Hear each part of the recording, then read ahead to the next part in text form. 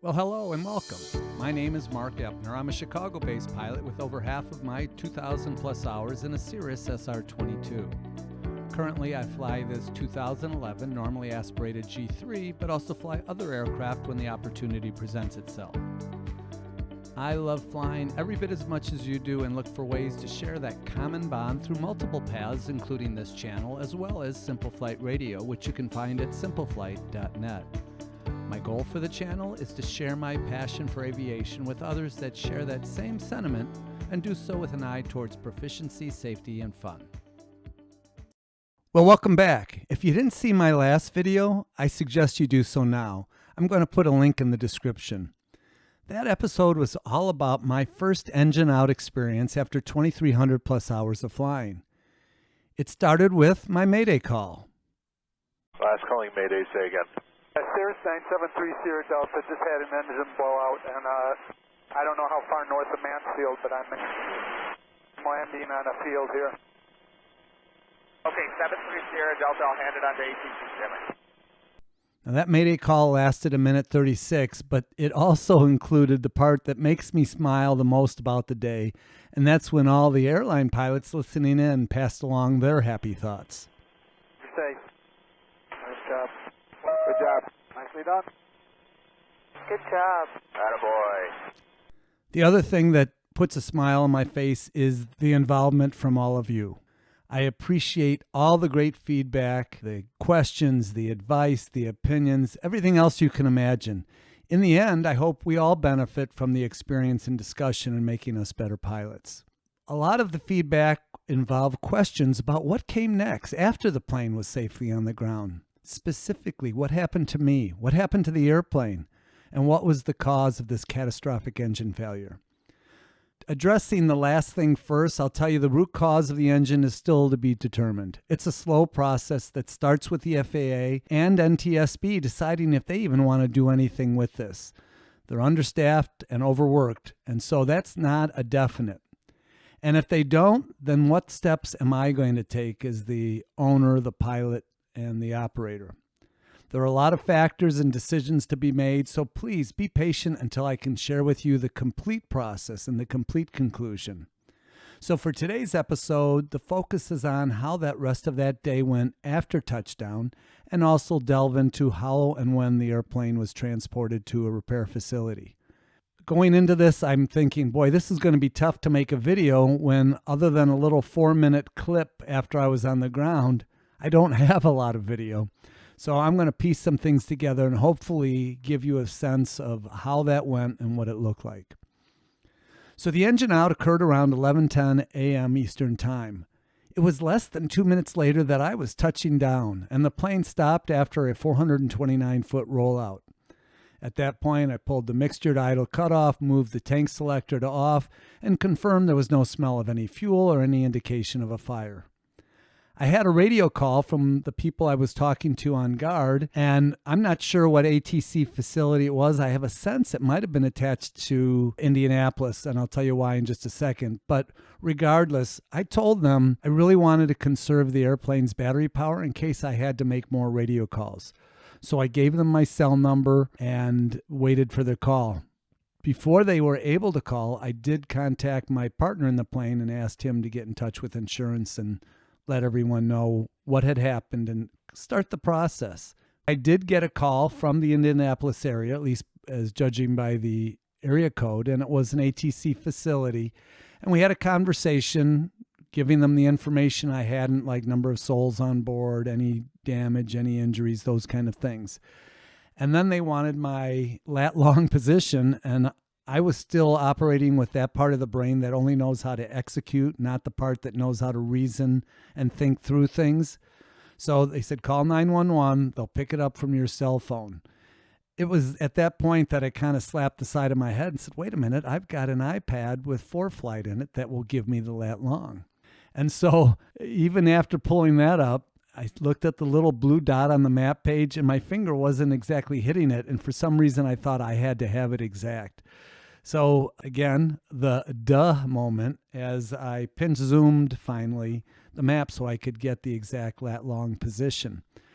By the way, little aside, ForeFlight has 3 formats available for lat long, and the one that is, I believe, the default is different than the one like a 911 would use. It's very close, and certainly they can translate it, but you can easily switch it in the settings page for the different formats.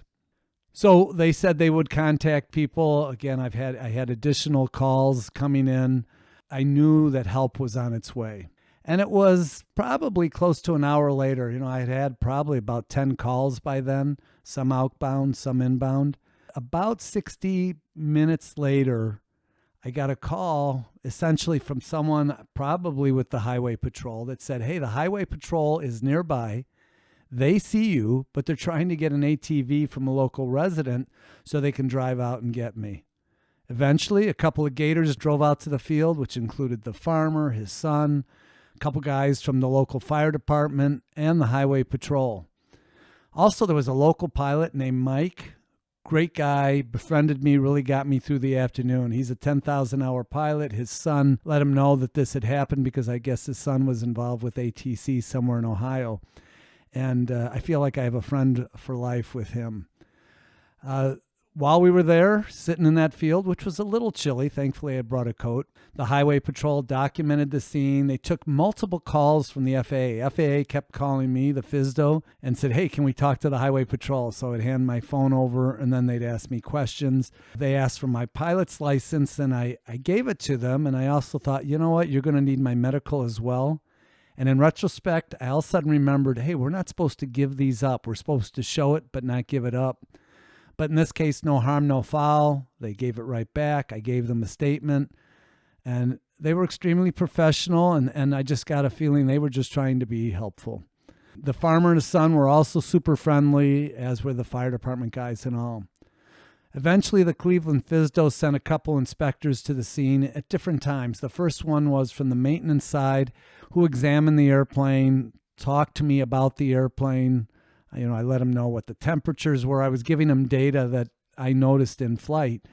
And then the operational inspector came out. His job was to kind of debrief me. Again, I shared my license and medical with him. He asked me if I had been given my Bill of Rights, which I hadn't, so he provided me a written card with the info. And I said, I didn't know if I'm supposed to talk to you, but he said you could have a lawyer present. And I said, well, you know what? The plane's legal. I'm legal. There are no injuries, no damage to the plane, to the field. I feel like I did the right thing. I'm happy to talk to you and cooperate. And he gave me my medical and license immediately back. Everything worked out fine. And eventually they left, and the Highway Patrol spent quite a bit of time with me waiting for different people to show up and kind of transport me eventually to a local post.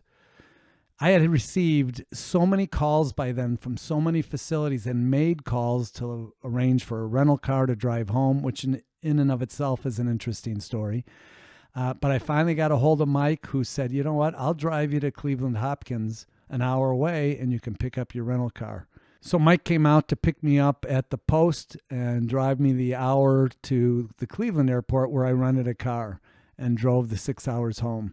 I never considered calling one of my pilot friends to come pick me up, and I'm sure they would have. But you know what? The drive allowed me to decompress. Talking to friends, talking to family, talking to a CFI to kind of debrief what happened. It really was, I'll say, an enjoyable experience. Just me, my phone, and the person that was important to me on the other end of that phone.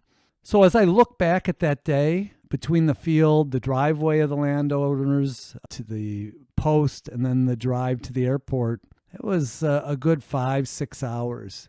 Then you add the 6 hours home, even though I picked up an hour with the time change. It was midnight before I got home. The next day, I received a call from the NTSB, and that kind of settled things down in terms of being reactive. So then the proactive piece would start. So the other question that came up from all you is, what about the airplane? So the farmer had indicated me there was no damage to the field, but asked about the plane removal.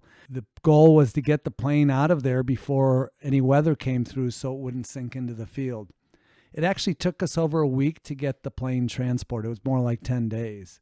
The insurance company got me in touch with Lone Mountain Aviation, which was about 2.5 hours away. I have experience with them. I've been involved in a couple of airplane purchases through them, so I trust them.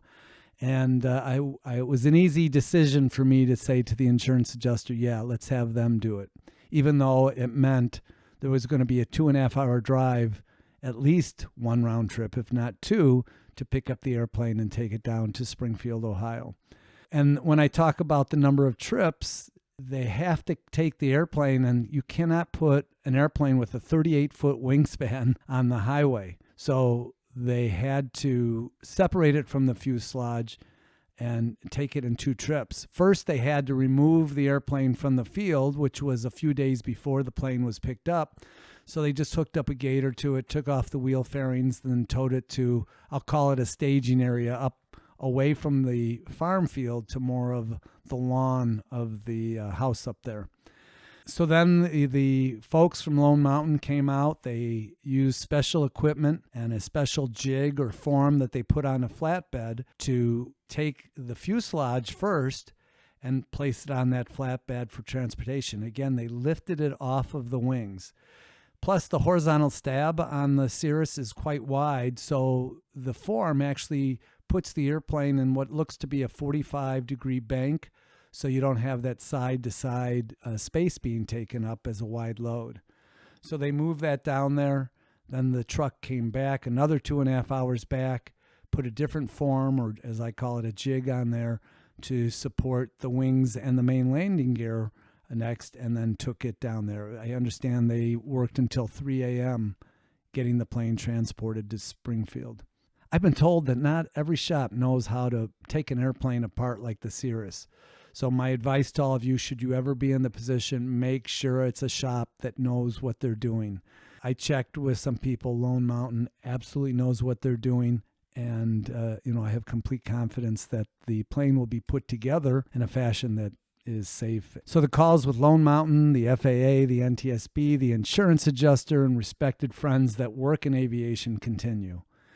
We've ordered a new engine, and actually here in the last week of May, we've already been notified the engine's ready. They're going to get their money first thing in the morning and ship the engine out to Lone Mountain to be installed. I'm looking forward to getting back in the airplane and getting it back to Chicago, but confess I'm already thinking about that 2-hour trip back from Springfield, Ohio, in a plane that will be just put back together with a brand new engine. I'll get expert advice on how that should be tackled. I'm anticipating that I'm going to spend some number of hours circling above the Springfield airport, making sure the engine is sound, and then after a couple hours landing and having the mechanics look at everything from spinner to tail. Flying has always been my yoga. It removes my stress and makes every day great. Yet I confess to feeling a bit differently now, but I suspect that's normal. I'm confident that everything's going to work out great. And as with everything aviation, I'm going to enjoy the journey. Thanks for being part of it. And until we talk next time, blue skies and tailwinds.